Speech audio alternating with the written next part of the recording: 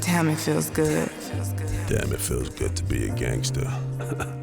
In the world of popular music, the anticipation of an artist reaching legendary status often comes with acknowledging the fact that many artists die before the L word is attached to their titles. Jay-Z became that for the past 2 generations.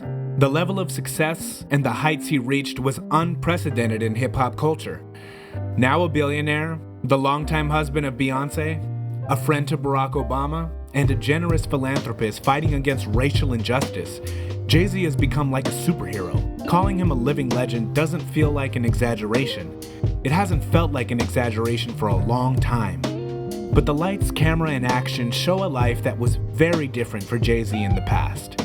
His own music and artistry reminded us of harsh and humbler beginnings.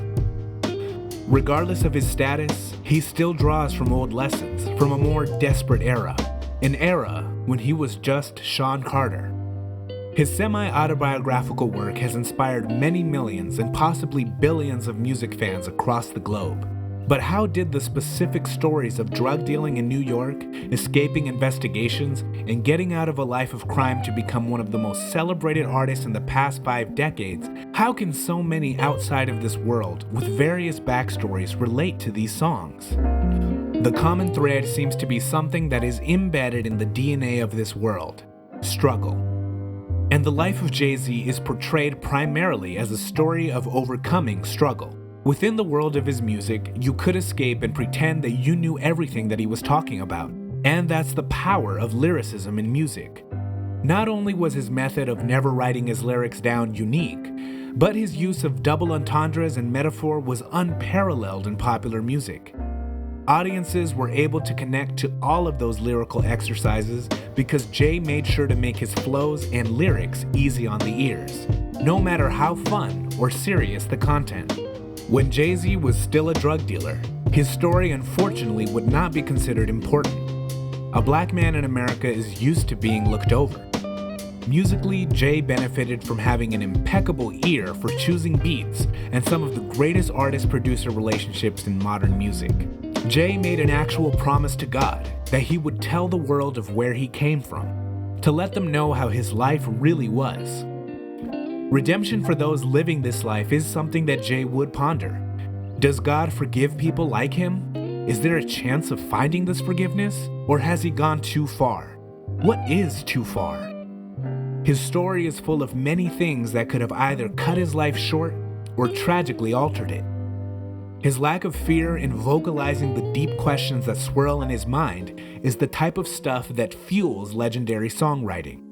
Jay at one point in his career found inspiration in cinema. Ridley Scott's American Gangster, starring Denzel Washington, became integral to the creation of one of Jay's darkest albums.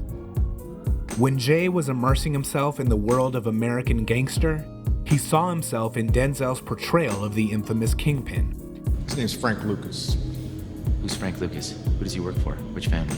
He's not Italian, he's black. Is that supposed to be some kind of a joke?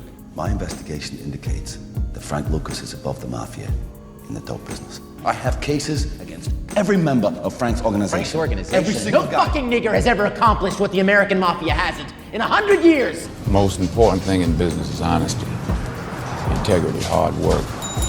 How does a man like Ridley Scott figure out how to make 70s New York, flooded with drugs, completely accessible to audiences, and still accurate to a misunderstood lifestyle? The connection to struggle is primal, a crucial part of human evolution. The narrative of Frank Lucas ended the way that Jay-Z would refuse to have his life end. He was not going to let federal agents ruin his life. Diddy, having helped Jay in the process of making American Gangster, actually had his own surprising story to tell. Everybody wanted to get involved. People that hadn't been with you for a while, like Diddy. Yeah. Comes to you and wants to be the executive producer. Yeah. Right? Yeah. And you look at him and say, man, you can't executive produce an executive producer. what'd you say to him? What was the That's what I conversation? said. You can't executive producer. But he said, man, you're the greatest, all right? But even Michael Jordan had a coach. That's what he said. Much like the film, The energy and realism was so raw that it transported many listeners to a place and time that they could never imagine before. He's not a good producer, he's a great producer. And he's produced Ready to Die and Life After Death and Mary J. Blige's album, Jodeci's album. And, you know, I start getting these tracks back and I'm like, who's doing this? Like, you know, like, and he's a director. He's like, it's like Motown over there in my studio. I got horn sessions. I mean, the things that he added after the lyrics was on it. You had to hear the bare tracks. The bare tracks were great tracks, but what he added after it made it a movie and made it complete. What is interesting is Jay-Z found excitement in his own writing. Jay said that the overflow of lyrics that come to his mind would be like an out-of-body experience. In the album American Gangster, Jay was drawing from his own truth, not just trying to play along with a movie theme. Although the film was set in a world before hip-hop, the movie trailer featured Jay-Z's track Heart of the City. American Gangster as an album felt right. Even audio clips of the film were edited into the album, with Idris Elba giving a chilling intro.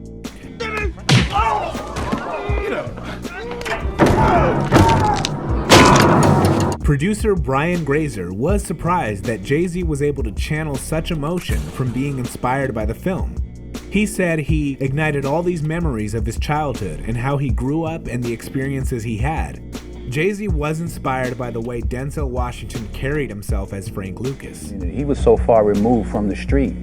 He had a layer of 6 or 7 or 8 or 9 people. You sold the dope and you gave your money to that guy who gave the money to that guy. He came back, gave it to him, who gave it to him. He brought it over to him. He came around, gave it to him, and he left it there. That guy went and gave it back to Frank's cousins. There's a lot of people that can relate to that story, and you know, there's a movie that's 2.5 hours long about this subject. There's so many different emotions that's left untold because you have to fit this into a format.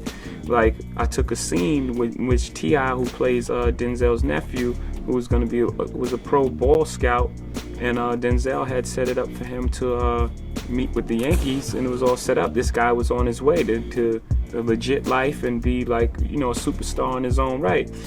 And T.I. didn't attend the meeting, and he asked him, why didn't you attend this important thing that I set up for you? He was like, I don't want to be a baseball player, I want to be like you. What you want?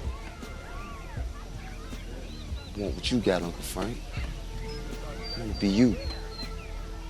We never got to see Denzel go to his room and cry, you know, or at least be reflective about it, because, you know, that's the last thing he wanted for his nephew. Jay-Z says that we needed to hear our story told back to us, so maybe we could start to understand it ourselves. This isn't music meant to just make artists famous. This is reclaiming a narrative thrust upon Black Americans, creating a mirror to see just how bad we've been beat, to take inventory of what makes a Black American fighting to win in a rigged system. Do you really think that putting me behind bars is gonna change anything on them streets? Them dope fiends are gonna shoot it, they're gonna steal from it, they're gonna die for it. Putting me in or out ain't gonna change one thing. And that's the way it is. That's just the way it is, so what we got, Richie? That's not to say that Jay was not at risk of getting sucked into the life's dark gutters. Jay-Z hated and loved the drug game. He knew he needed to leave it to survive.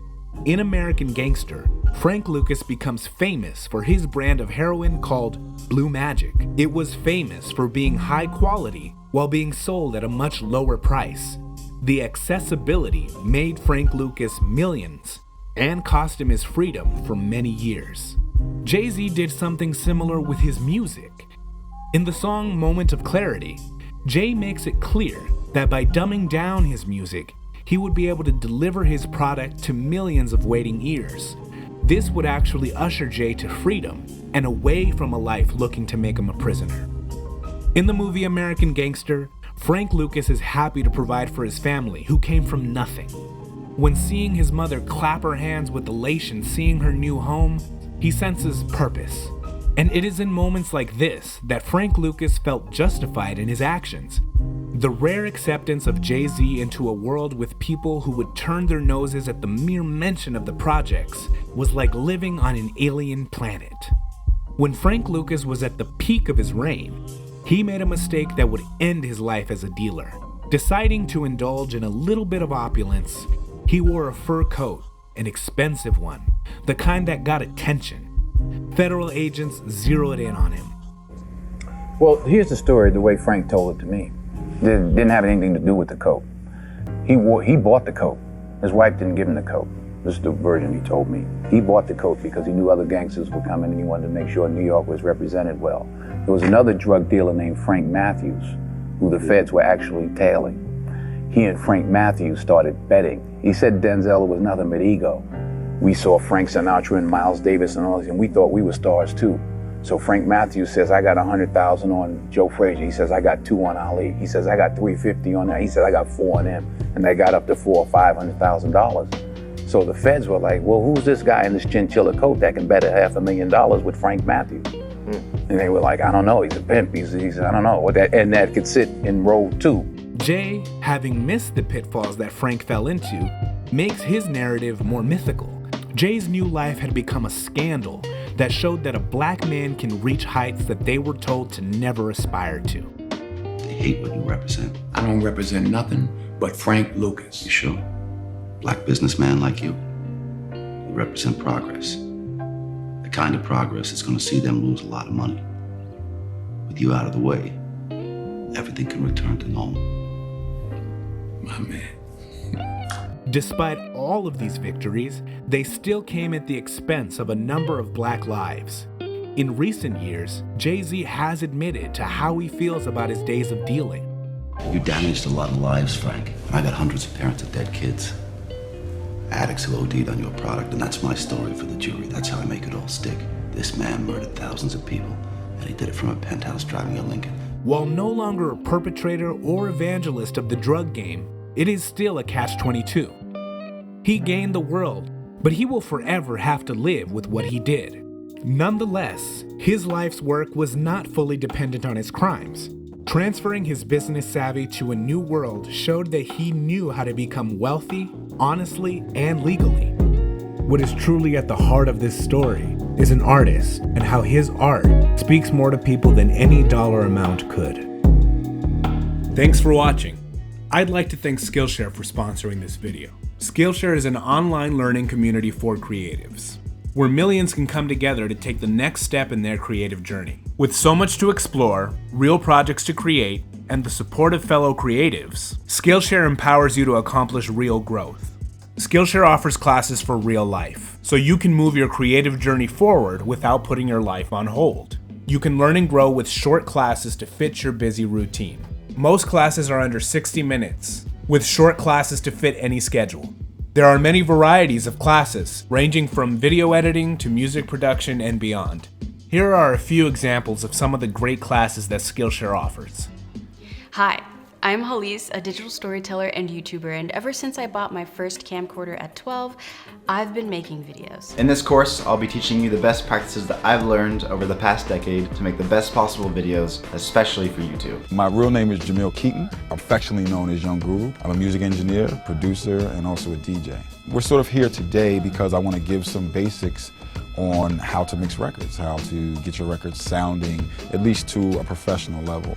Skillshare is incredibly affordable, especially when compared to pricey in-person classes and workshops. An annual subscription with Skillshare is less than $10 a month. The first 1,000 people to click the link in the description will get a free trial of Skillshare Premium.